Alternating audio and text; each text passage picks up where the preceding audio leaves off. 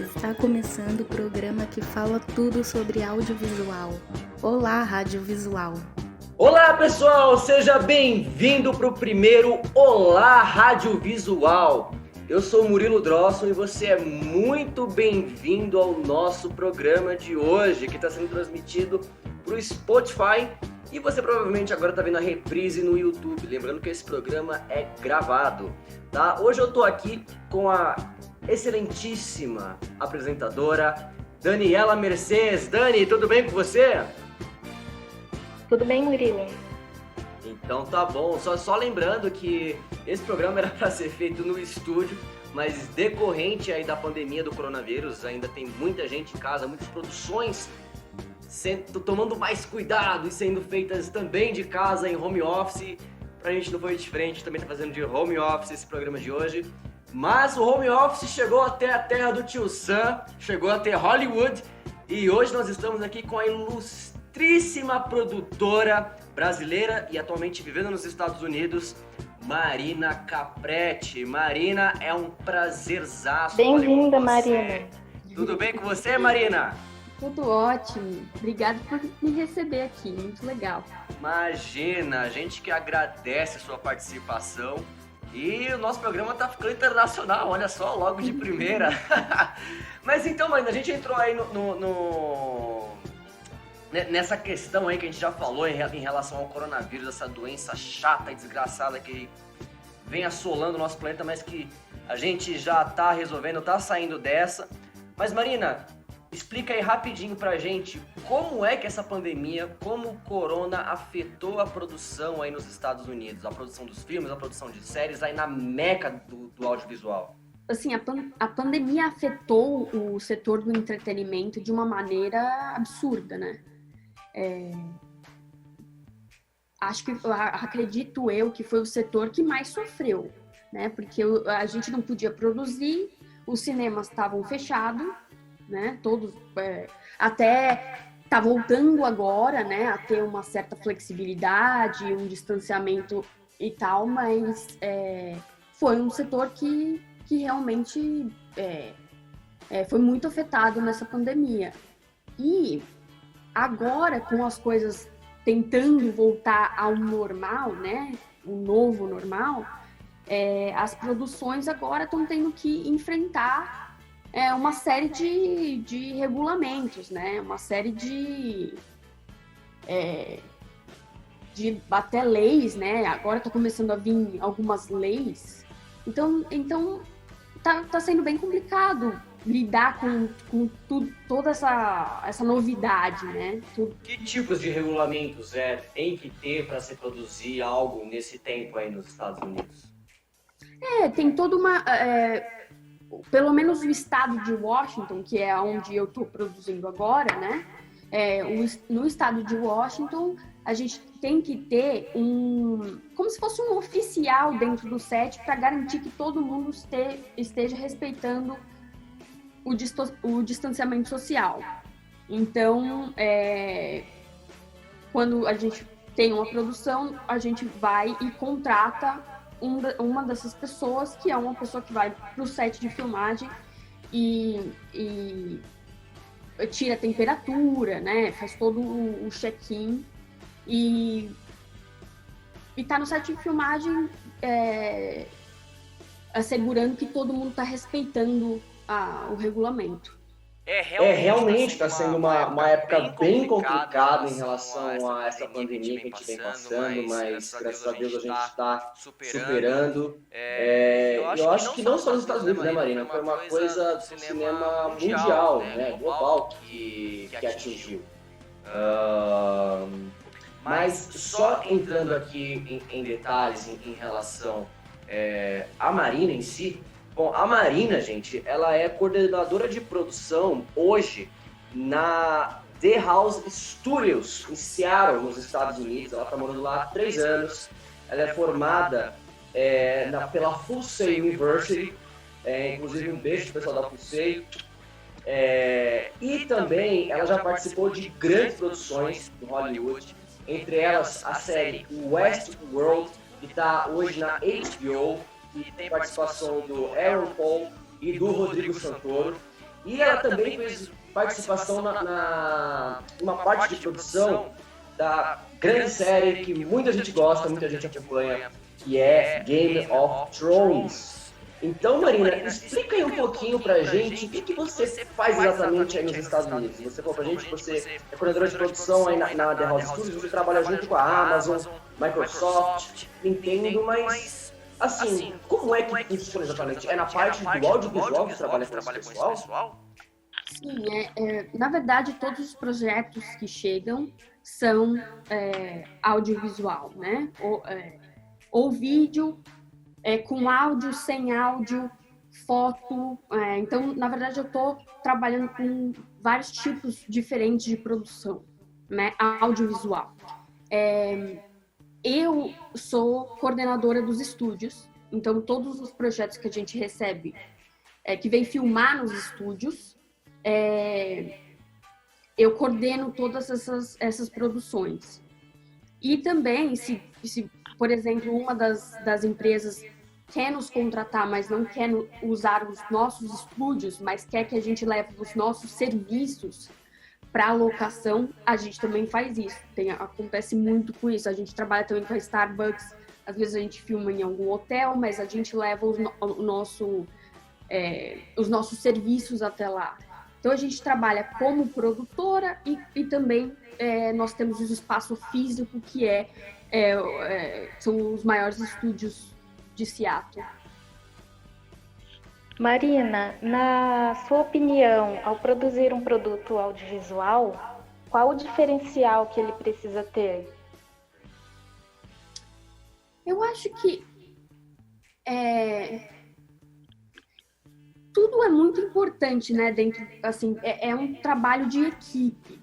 E se algo sai fora do planejado, tudo afeta tudo, né? Todas as partes da produção. Mas eu acho que quando você tem uma boa coordenação de produção, uma boa cabeça de produção, eu acho que as coisas dão muito mais certo, porque você evita problemas no caminho. E eu acho que esses problemas no caminho é que podem levar a você ter uma produção que não seja bem sucedida. São normalmente essas pedras no caminho. E claro que é muito importante que tenha a parte, né, visual de garantir que você tenha uma boa iluminação. Diria que bom equipamento, claro, mas hoje em dia até um celular você consegue fazer uma boa gravação. Então, eu acho que assim, quando você coordena as coisas e faz as coisas acontecerem, toda a parte de logística, né? Porque eu acho que muitas das pessoas pensam no audiovisual, mas esquecem um pouco da parte burocrática disso, né? Esquecem da parte de coordenação, de papelada, de seguro. E se acontece alguma coisa com uma pessoa no set de filmagem? Quem que vai lidar com isso? Então é uma parte bem de estratégia também. É muito interessante a Marina ter tocado nesse assunto, porque eu acabei de lembrar de uma produção que eu fiz da minha produtora. Eu gravei um comercial. Olha só o que aconteceu. Eu fui gravar quanto faz falta uma pessoa igual a Marina nas produções? Eu fui gravar um comercial de não posso falar a marca aqui, mas de uma grande concessionária de automóvel de luxo aqui em São Paulo. E olha o que aconteceu, eu fui gravar com o drone e olha só, drone em cena indoor, ou seja, pode dar problema. Então a gente estava gravando e o que aconteceu? O magnético, até fica uma dica, se você não sabe operar muito bem um drone ou não tem algum profissional ali, não filme cenas com o drone dentro de lugares fechados. Recomendação minha, experimento, porque eu vou explicar o que aconteceu. A gente tava gravando lá, eu tenho a licença para pilotar drone, ok, mas até comigo aconteceu isso. Eu estava filmando e o magnético da parede, né, do lado local, do galpão, acabou puxando o drone. Isso acontece mesmo, né, porque o magnético é como se fosse uma bússola que tem dentro do drone para ele se manter. Só que o que aconteceu? Isso acabou tirando o drone de eixo e o drone começou a cair. Não é que o drone caiu em cima de um carro e saiu rasgando toda a porta do carro de luxo. Meu Deus do céu, aonde que eu enfio a minha cara naquele lugar? E, enfim, foi um problema que aconteceu, a gente resolveu, graças a Deus, mas foi um problema que aconteceu. E se eu não tivesse seguro? E se eu não tivesse argumentos pra falar, se não pudesse falar, poxa, eu vou pagar, ou tipo, não, tenho seguro, fica tranquilo, o que poderia tipo, de acontecer? Então esse tipo de coisa que a Marina faz é o interessante. Então eu acho que a Marina me entende 100% do que eu tô falando, porque pode ser um preju, não pode? Meu Deus do céu. A gente, eu não sei nem se eu poderia falar isso. Bom, eu não vou falar qual série que foi. Mas a gente tava no set e o ator que era o principal naquela cena pegou meio que uma infecção no olho, mas assim, foi uma coisa muito rápida. Assim, ninguém entendeu muito, sabe? Mas durante o dia não tava ficando melhor. E aí chegou uma certa hora e a gente tá lá tudo esperando assim, meu Deus, mas aí o segundo assistente de direção, né, que é quem comanda o set, né, quem tá lá, assim, no set de filmagem, o primeiro assistente de direção, mas no caso, o segundo assistente de direção veio pra gente e falou assim, vai todo mundo pra casa, não tem o que fazer, ele não vai poder gravar. E aí uma diária perdida? Meu Deus! Não, e aí eu só vi assim, os caminhões com a comida assim, era uma produção gigante, né? E aí eu pensei, gente, meu Deus do céu, quanto dinheiro que não foi por causa dessas horas. Mas assim, a maioria das pessoas não pensa nisso, né? Assim, mas é muito dinheiro que se vai. Então é um olhar diferente para as produções. Eu vejo a produção, né, toda essa logística, como realmente os bastidores, assim, tem toda uma estrutura que tem que ser respeitada para que as coisas realmente aconteçam. E caso, isso é impressionante, e quem lida com essas contas, Marina?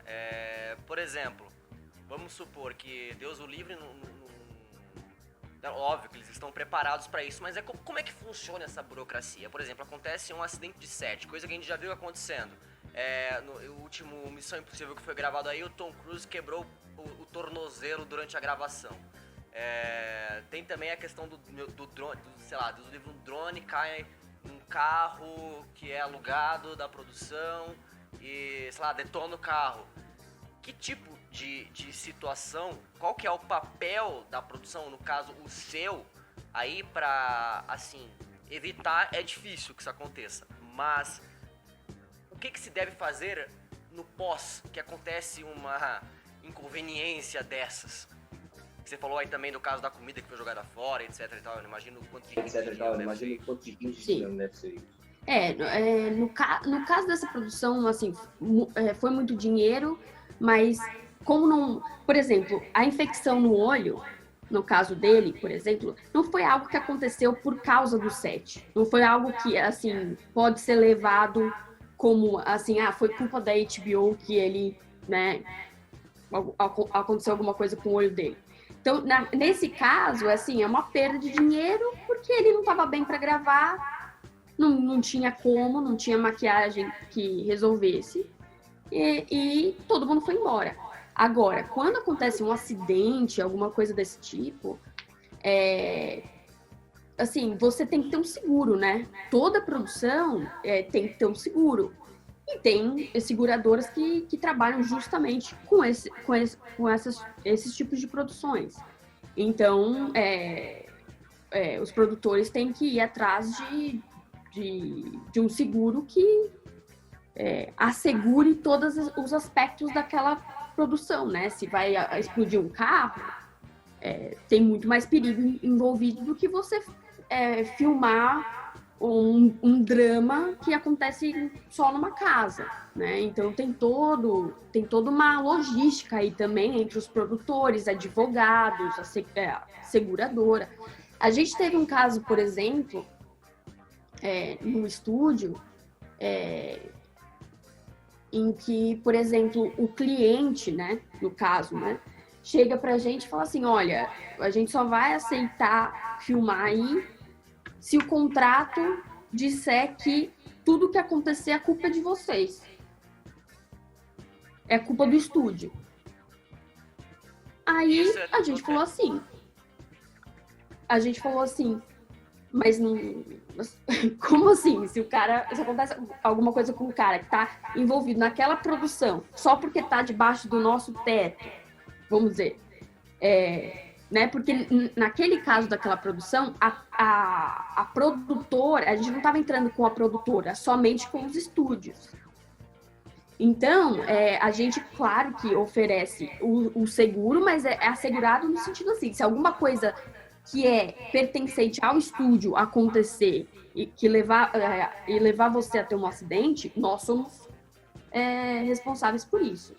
Mas se acontece alguma coisa no sentido assim, olha, um cara derrubou, sei lá, água quente no outro, sei lá, algo desse tipo, aí não é nossa culpa, aí é a produtora que tem que resolver. Então tem toda uma logística, pontos de vista, né, para que tudo esteja assegurado e seguro. Mas também tem a questão de que, hoje em dia, os sets de filmagem são muito seguros.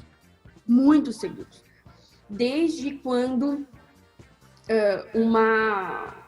eu acho que era assistente de câmera, eu não lembro direito, mas que ela estava numa produção na Geórgia, aqui nos Estados Unidos, e ela morreu no set por uma falha da produção. E aquilo trouxe uma onda assim, de conscientização no set de filmagem. Então hoje existe muita regulação, um regulamento muito extenso do que se pode e o que não se pode fazer. Isso é uma coisa assim, que realmente a gente nunca mais ouviu falar de, sei lá, um ator que morreu no cinema, uma atriz, não sei. Assim, recentemente a gente teve uma morte de um dublê, né, no The Walking Dead. Isso. Como é que uma produtora ou estúdio, Marina, aí nos Estados Unidos,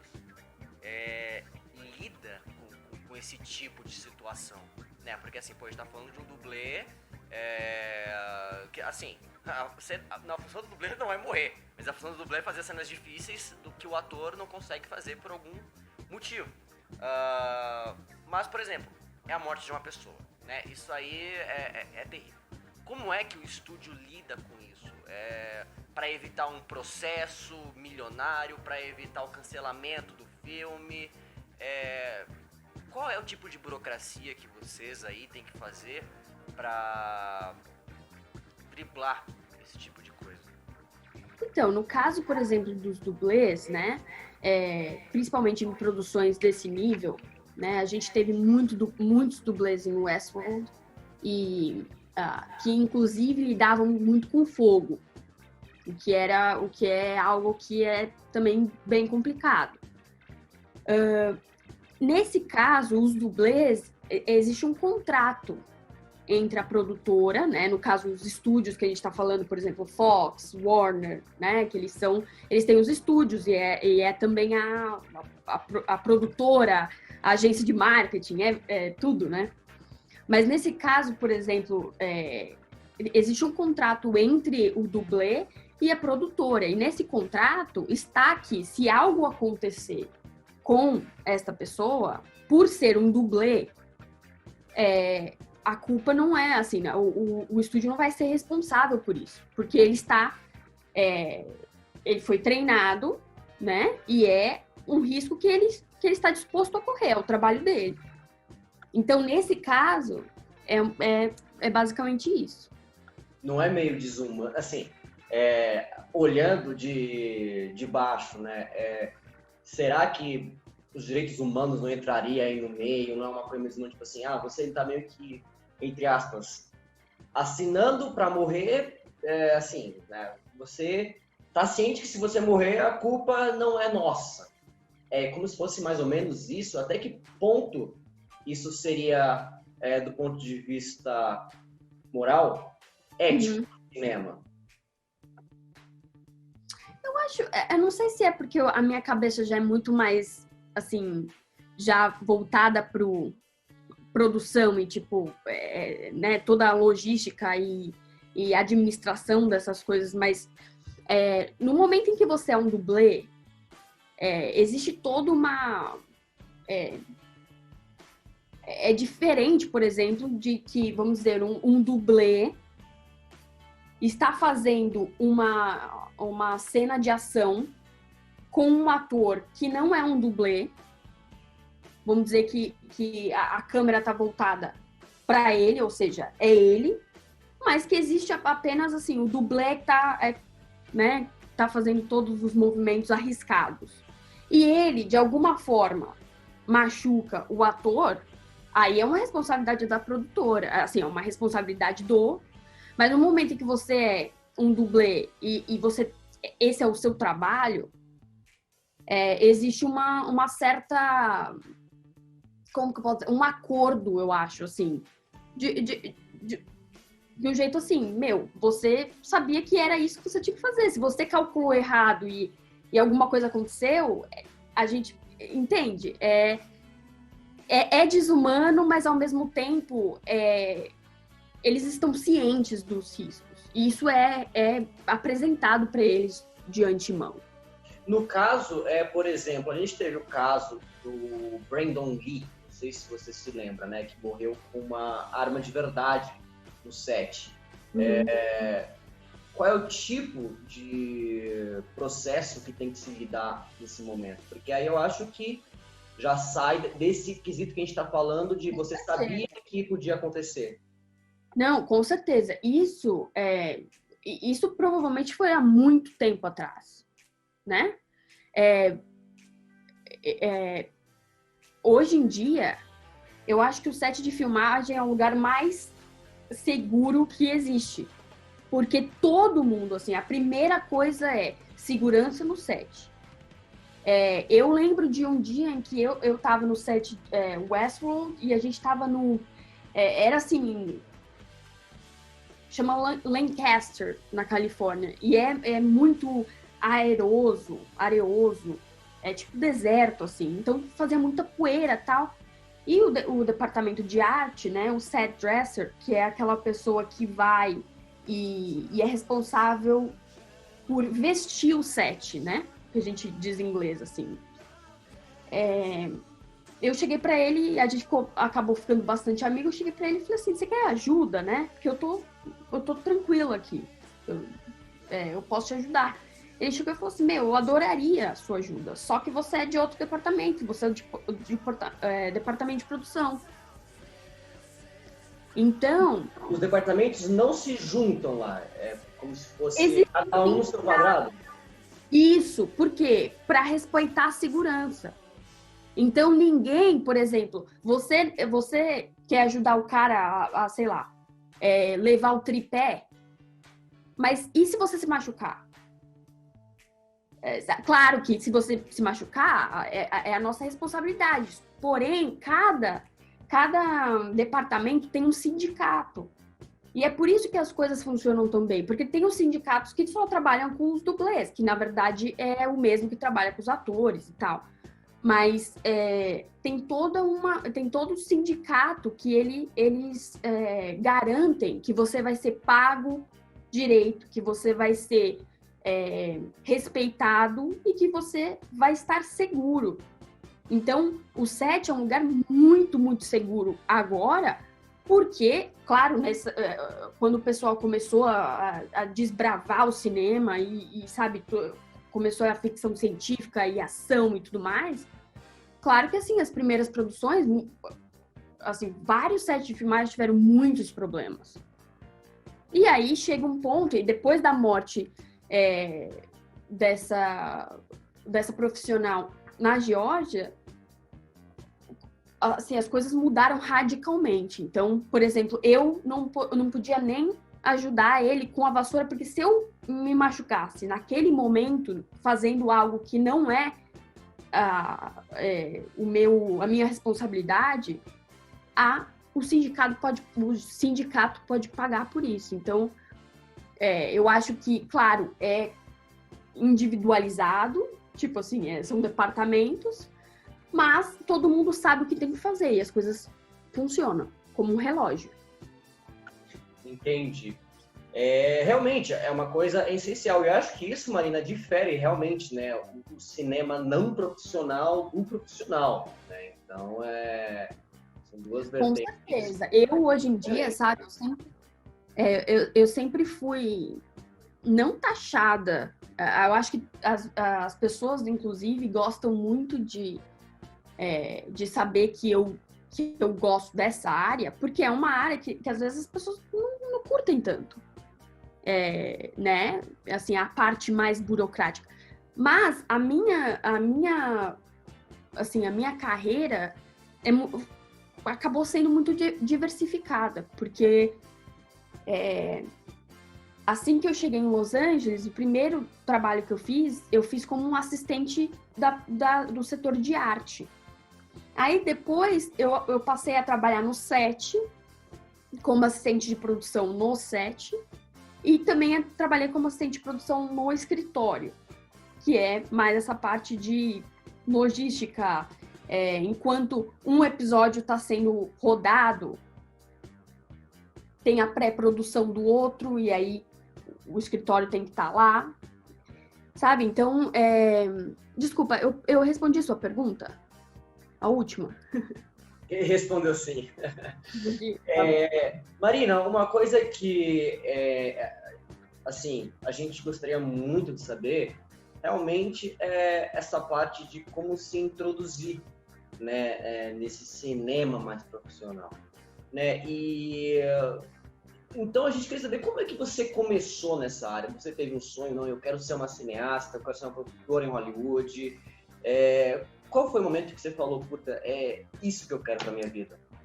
O momento em que eu falei, é isso que eu quero pra minha vida, foi em setembro de 2013. Por que tão específico? Porque foi quando eu larguei a faculdade de veterinária. Eu fiz 7, 8 meses do curso de veterinária. E naquele momento, assim, mais para setembro, assim, quase no finalzinho do primeiro ano, eu pensei, não é isso que eu quero. Sempre gostei de animais e tal, mas o meu negócio era resgatar animais, sabe? Tipo assim, eu não... Assim, não era profissão para mim, veterinária. Porque eu sou muito apegada, choro demais, sabe? Com bicho, eu não consigo. Mas mais do que isso, na verdade, foi o amor, assim, que eu sempre tive por filmes. E o meu amor por filmes começou quando eu tinha mais ou menos, assim, uns 11 anos. Sempre gostei, mas eu comecei a ficar realmente, assim, fascinada. Todo o dinheirinho que eu conseguia, eu ia e comprava DVD. Tem uma coleção enorme no Brasil, assim, de DVD, porque eu ia comprando, assim. E eu sempre gostei, era meio que meu escape, né? Eu tenho um transtorno de ansiedade muito severo, então eu tô sempre muito ansiosa, né? E quando eu tinha mais ou menos uns 12 anos, eu acabei, assim, ficando... eu não podia ir pra escola porque eu tava meio que doente por causa da ansiedade, acabei tendo outros problemas e tal. E a coisa que conseguia, assim, me tirar um pouco daquela depressão que eu tava vivendo eram os filmes. Então, hoje eu vejo isso, que era o momento que eu tinha que eu conseguia escapar, né, da realidade. E aí, quando eu entrei na faculdade de veterinária, eu tava ainda muito em dúvida, né? Mas eu tinha, né, na minha cabeça, assim, veterinária é uma profissão mais estável, né? Que tem muita gente que, né, assim, a gente pensa, né, nessas coisas. veterinária é uma profissão mais estável. Aí eu acabei indo pro lado da veterinária, mas aí depois eu falei, eu nunca vou ser feliz, eu preciso trabalhar com cinema, assim, com audiovisual, vídeo, movimento, arte. E aí foi quando eu entrei em rádio e TV, né, que eu decidi não fazer cinema, fazer rádio e TV, porque eu achava que era mais mão na massa e que podia me trazer mais conhecimento. Lia muito sobre cinema.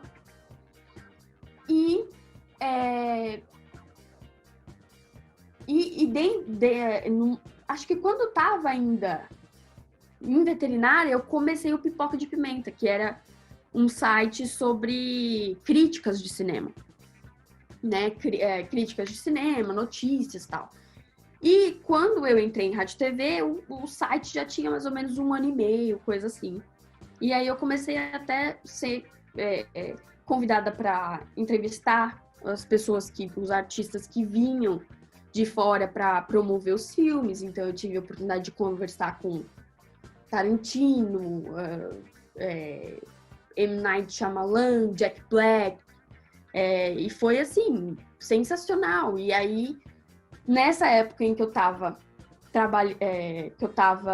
em rádio e TV, eu comecei um estágio na Fox Sony, né? Que era a Fox e a Sony juntas distribuindo home entertainment. Então, quando o filme saía do cinema, chegava nas plataformas digitais e em DVD, coisa do tipo, era quando o escritório onde eu trabalhava entrava em ação. Trabalhei até o final da faculdade, que aí eu fui para os Estados Unidos fazer um mestrado em produção cinematográfica. Terminei em 2019 e aí fui para Los Angeles. Aí teve todo esse ano, que o primeiro projeto foi o music video do Game of Thrones, né? Não foi, na verdade, a série, né? Porque eles filmavam na Europa, mas era né, um videoclipe de uma das músicas da trilha sonora.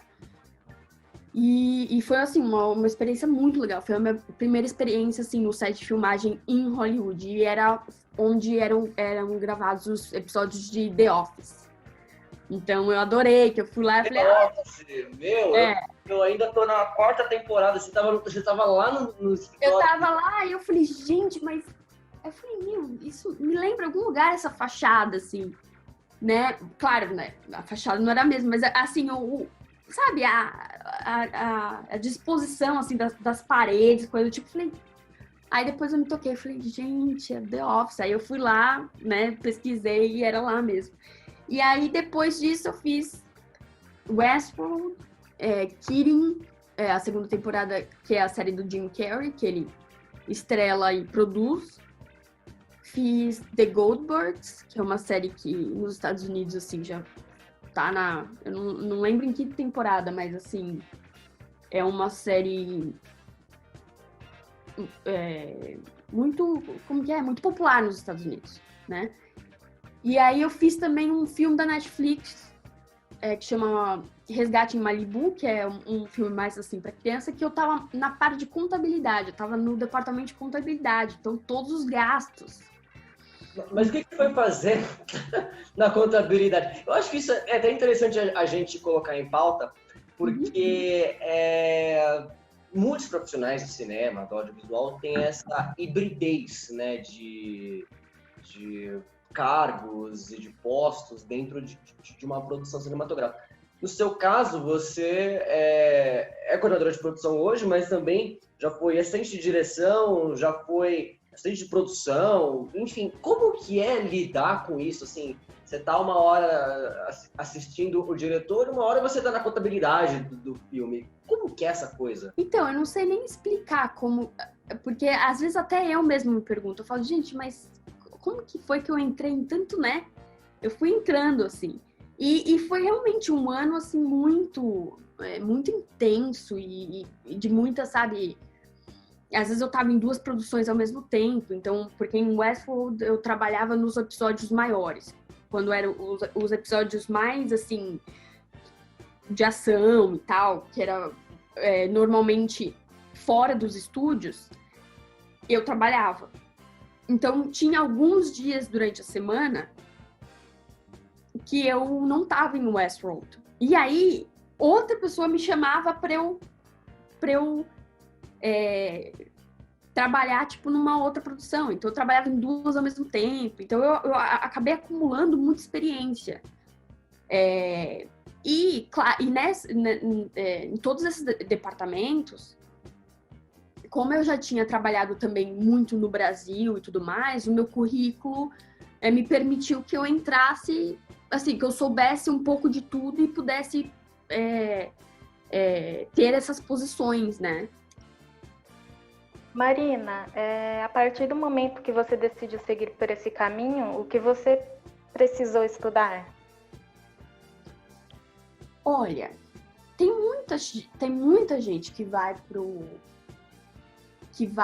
assim, que entra na indústria do cinema, do audiovisual, né? Porque a gente fala cinema, mas o audiovisual, né?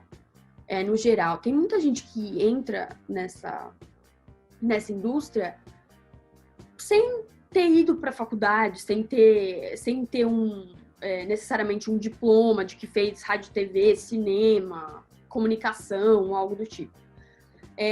Mas eu acho que ir para a faculdade e realmente aprender, colocar a mão na massa e ter que passar por todos os estágios de uma produção, né? Eu estudei 6 anos como que as filmagens acontecem, né? Como que e todos os aspectos da produção, né? Para entender o que eu queria. Então, eu fiz arte, eu fiz câmera, eu fiz um monte de coisa, até que eu entendi. Eu gosto de tudo um pouco, mas o que eu gosto mais é de poder coordenar todas essas pessoas e todos esses processos. Então, eu graças a Deus que eu fui para faculdade, eu diria, porque eu acho que eu sou muito melhor hoje como profissional, porque eu tive muitas disciplinas que eu tive que aprender. E eu acho que hoje eu acabo usando essas coisas por exemplo, disciplinas que eu nem ligava muito naquela época. Hoje eu vejo que eu preciso dela para entender o que aquele cara daquele departamento está me falando. E claro que o fato de eu ter feito um mestrado nos Estados Unidos me permitiu entrar na indústria de Hollywood, porque toda a terminologia, né, todas as palavras, o vocabulário são diferentes, né? Então você tem que saber, você tem que poder chegar num set de filmagem, como Westworld, por exemplo, com o seu fone de ouvido, rádio e fazer o trabalho que você tem que fazer. Então, tem que ter, sim, muito estudo. Se não é na faculdade, sabe, de ir atrás, ler livro, entender como que surgiu o cinema, como que o cinema se desenvolveu, quem foi Charlie Chaplin. Essa tatuagem aqui porque o pessoal que tá ouvindo não dá pra ver, né? Mas eu tenho um Charlie Chaplin tatuado no braço e eu lembro e até, na verdade, a tatuagem do meu braço acabou não me colocando em vários empregos, mas era uma coisa que no set chamava a atenção das pessoas. E aí a pessoa via que prestava atenção e via que eu fazia um bom trabalho e me chamava para outra produção. Então é interessante como essas coisas acontecem, sabe? Em Hollywood, nessa indústria, né? Tanto no Brasil como aqui. Claro que aqui é mais forte, mas é uma coisa interessante do entretenimento. Qual a sua opinião sobre a participação feminina no audiovisual? Ai, eu adoro. Eu adoro, por exemplo, que a minha chefe é uma mulher. Uma mulher, assim, produtora, do audiovisual, empreendedora. Eu adoro. Mas eu acho, assim, tudo é sobre igualdade, né? Ninguém ser mais do que ninguém. Eu acho que não tem que ter o inverso, né? Uma coisa que é tipo, todo mundo tem que ter emprego, todo mundo tem que poder expressar suas habilidades e tudo mais, mas tem que ter abertura para todo mundo, né? E nós, como mulheres, assim, hoje em dia, por exemplo, 80% do como se diz, do time, né? Que tá lá no set, é homem. Então, é complicado. Eu já tive em situações que tinham 30 assistentes de produção para aguentar um episódio de Westworld, por exemplo, e eu era a única mulher. Então, claro que é uma coisa que eu acho que tem que mudar já, para ontem, sabe? Todo mundo tem que ter abertura para poder expressar e trabalhar. Marina, a gente sabe que o mercado audiovisual, no geral, a nível global, ele é muito concorrido, e muito difícil de se entrar, né? Precisa ter muito networking. E eu já emendo essa pergunta, né? Assim, como é que você conseguiu ter o seu networking? Foi muito necessário e hoje ainda é mais necessário do que nunca, ou nem tanto?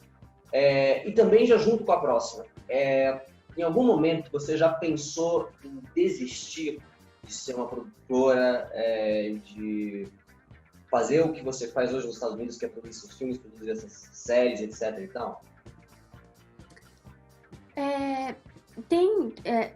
Para você entrar na indústria, tem que ter muito contato, tem que ter muito o networking. Isso é, assim... Claro que você tem que ter um currículo muito bom, mas você tendo contatos, você tem a oportunidade de mostrar que você é bom, né? Eu tive a sorte e a honra de ter professores muito bons que tinham, que me deram mentoria. O meu maior mentor é o Larry Katz e o Bob Riley, são 2 assistentes de direção de Los Angeles. O Larry Katz trabalha na Full Sail, ele mora na Flórida. O Bob Riley em Los Angeles.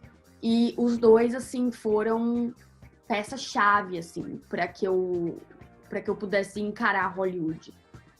O Larry Katz foi assistente de direção de Planeta dos Macacos, Capitão América, vários, Piratas do Caribe. E o Bob fez O Rei do Show, fez The Orville. E eu trabalhei com ele em Los Angeles. Com o Bob eu tive a honra de trabalhar com ele. E o show que a gente trabalhou juntos ganhou o Emmy 2 meses atrás. Então, assim, eu amo os 2, assim, de paixão. Eles são grandes mentores para mim, sabe? Então eu tive a sorte de ter essa mentoria, de ser preparada para encarar Hollywood. O que acontece é que é difícil você entrar, mas é também difícil você manter uma boa reputação. Porque, pelo fato de eu ter uma boa reputação em Los Angeles, no sentido assim, as pessoas sabem, né, dentro dos departamentos que eu trabalhei, que eu trabalho direito, tenho ética, e isso é muito importante, né? Porque quando você está trabalhando com atores desse nível, né? Tem muita gente que entra nessas produções e, sim, fica muito deslumbrado de um jeito que atrapalha. Então, você tem que se desensibilizar um pouco, né? Então, eu acho que, assim, eu nunca pensei em desistir, né? O que eu fiz foi eu trabalhava em Los Angeles, eu estava construindo uma carreira, eu podia seguir muito mais em frente e, de repente, sabe, ir para um outro lado.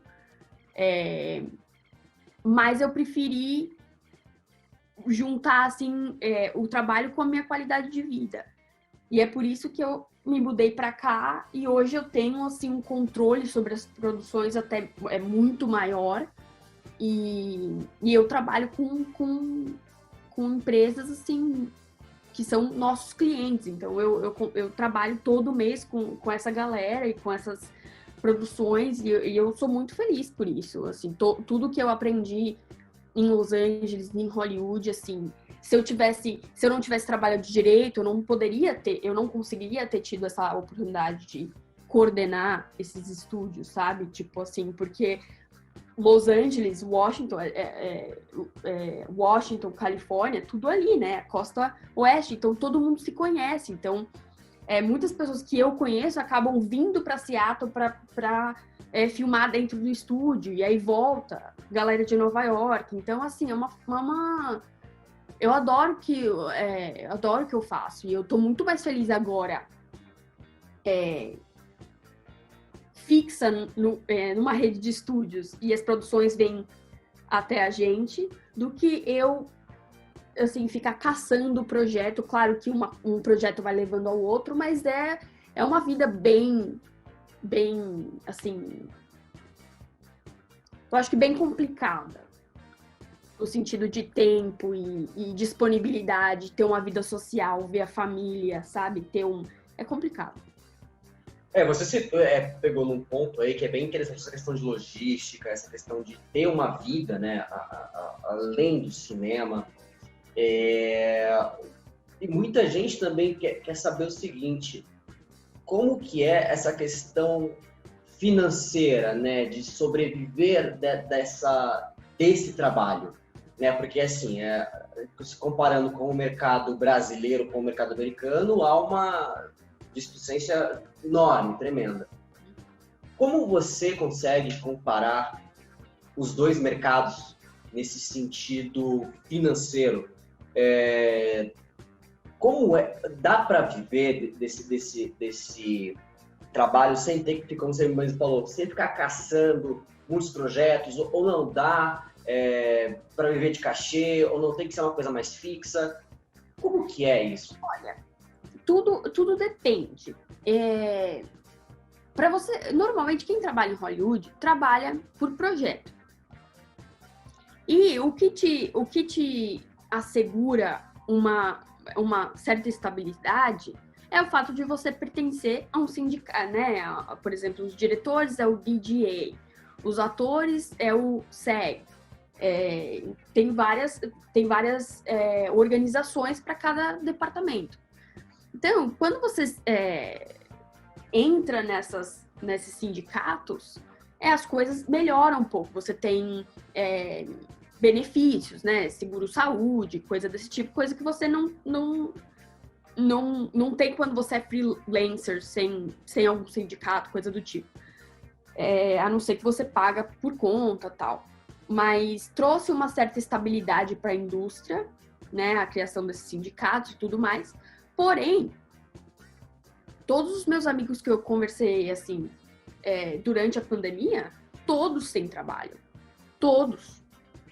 Não teve nenhuma ajuda que veio, foi do governo e tal, mas, assim, coisa pouca que não... Então, não é uma vida estável. Mas, é claro que assim, eu não parei de trabalhar 1 ano, porque um projeto foi me levando o outro. E eu acho que continuaria sendo assim. O problema é que, assim, existe sempre uma, né, ainda mais eu, assim, como eu falei, eu tenho esse transtorno de ansiedade, assim, no meu caso, eu não conseguia lidar muito com o fato de eu nunca saber, por exemplo, se no outro dia, que horas que eu ia chegar em casa. Porque a gente sabia o horário que a gente ia entrar no set amanhã, dependendo do horário que a gente saía hoje. Então, a sua vida fica completamente focada nisso. E é muito legal. É extremamente legal. Mas é como que eu falo, assim, eu peguei minha fatia de bolo, entendeu? Peguei toda a experiência que eu queria e eu tô aplicando em algo sensacional, que eu adoro o que eu faço. Audiovisual, eu trabalho dentro do estúdio, eu vejo equipamento o tempo todo, eu coloco todas as minhas habilidades em prática, mas ao mesmo tempo eu tenho uma vida também coordenada. Então eu acho que isso é muito importante, porque assim, eu trabalhei e eu sei como é, e para mim eu acho que isso já é o suficiente. Eu queria dar mais valor à minha vida pessoal e mais estabilidade. Maravilha. Realmente, é uma carreira de muitos altos e baixos, né, Marina? Então, realmente, se você precisa ter uma estabilidade financeira, e na verdade ter do mesmo jeito que a gente tem a Bíblia de um projeto cinematográfico, a gente tem que ter a Bíblia da nossa vida e ter como é que fala? Ter um plano de negócio para nossa vida, né? Pra gente não passar por esse tipo de sufoco que nem alguns dos seus amigos passaram, né? Então, eu acho que isso Você vê vários, por exemplo, atores, né, na indústria que ganharam milhões quando fizeram um filme, só que gastaram tudo e não veio outro projeto, porque, assim, não era para ser. Então, é um lado complicado da indústria. Eu acho que também tem o lado de que, assim, Los Angeles, todo esse glamour e toda essa... Quando você passa a viver aquela realidade, eu acho que você começa a olhar mais para fora e falar, poxa, sabe, eu posso fazer exatamente isso, mas e eu levei essa reputação, claro, todo mundo aqui agora em Seattle, eu tô começando a ser convidada para festivais, para palestras, coisas do tipo, e é muito legal, porque aquela reputação que eu criei lá, agora aqui, eles estão também reconhecendo isso, e eu tô vendo, inclusive, uma diferença financeira absurda, né? Eu tô ganhando muito mais aqui do que eu ganhava em Los Angeles, muito mais. Mas e eu tô fazendo também coisas muito maiores, né? Posições muito maiores e com empresas gigantescas. É demais trabalhar em filmes, séries? Nossa, claro. Mas eu tive a minha experiência e eu acho que a longo prazo eu iria acabar deixando passar muita coisa na minha vida que eu não queria. Então... Entendi. Bom, é isso mesmo, mas... Bom, a gente vai dar uma pausa rapidinho, a gente vai tomar uma água e daqui a pouco a gente volta e a Marina vai responder as perguntas de você ouvinte que fez no Instagram. E se você ainda não fez sua pergunta, entre lá no nosso Instagram oficial, faça suas perguntas pra Marina, que ela vai responder pra você já já. A gente volta, fica aí. Você está ouvindo Olá Rádio Visual.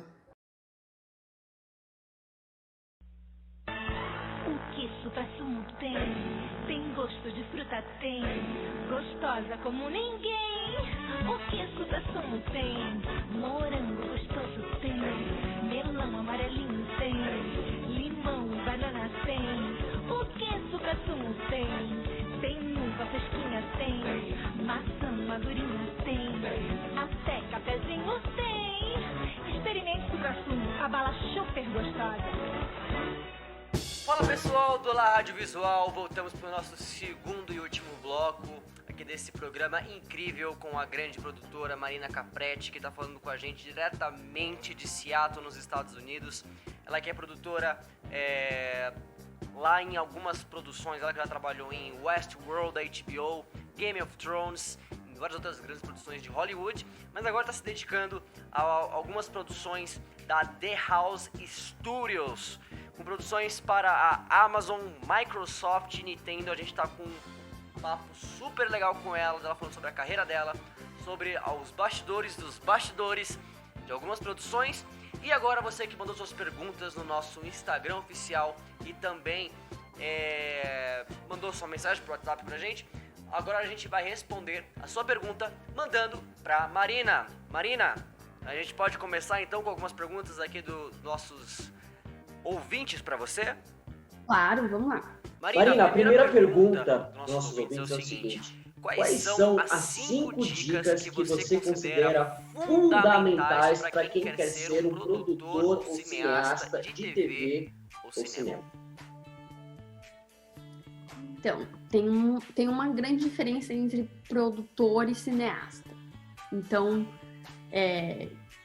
um cineasta, na verdade, é a visão que a gente tem assim, de uma pessoa bem artística que tem uma ideia e quer transformar ela em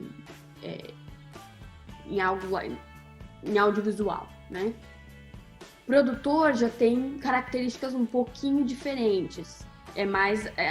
O cineasta tem a visão. Normalmente o produtor alguém vem com a visão e a gente faz acontecer. Então são duas áreas um pouquinho diferentes, mas eu acho que para você ser um produtor, 5 dicas. Aprenda a mexer no Excel. Até para quem mexeu em contabilidade, né? Eu acho que de repente pode ser importante. Com certeza. Existe um programa muito bacana chamado Movie Magic Budgeting, que e tem o Movie Magic Scheduling. São 2 programas que a gente usa bastante aqui nos Estados Unidos para as produções e tudo mais. E é uma dica boa para conseguir ir entendendo assim, os departamentos e toda a parte mais burocrática. Difícil, 5 dicas. Já chegamos na segunda. Eu acho que assim, estudar bastante. Sabe, eu acho que tem essa coisa assim do pessoal às vezes que quer seguir nessa carreira, não pensa que não precisa estudar e tal, mas para você ser bom de verdade, precisa entender, comparar o que é melhor, o que funciona, o que não funciona. Né? Se você, por exemplo, um produtor quer fazer a produção acontecer da forma mais econômica e bem sucedida possível, como fazer isso? É melhor usar um chroma key? É melhor ir para locação e filmar? Eu acho que a maior dica, na verdade, é assistir bastidores, os extras, sabe? De DVD, tudo que é bastidor. Importante visualizar como que é o bastidor, sabe? Os bastidores, como que é um set de filmagem, como que é um escritório operando para aquela produção acontecer. Acho que tem que tirar esse estigma que sabe, não tem muito o que estudar, é muito intuitivo. É intuitivo, mas é necessário estudo, sabe? Entender quais são as melhores maneiras de produzir e de filmar. Aí eu acho que já junta para a segunda pergunta. Estão perguntando aqui pra gente, Marina, eu já estudo há 5 anos audiovisual e ainda não sei quase nada. O que é mais importante, o teórico ou a prática? A prática. A prática é mais importante, com certeza. Mas quando você tem um estudo por trás, eu acho que tudo fica... não tem jeito, mesmo que assim, é uma experiência. A experiência, a prática é o mais importante, mas você tem que ter uma noção do que são os programas, entender as plataformas que você vai usar. E se você não tem, de repente, uma faculdade para te introduzir a isso, vá pelo seu caminho mesmo, assim, vá para a internet, buscar esses programas, de repente investir nesses programas e entender a plataforma, como utilizar. Então, acho assim, na prática, mas você também tem que aprender, né?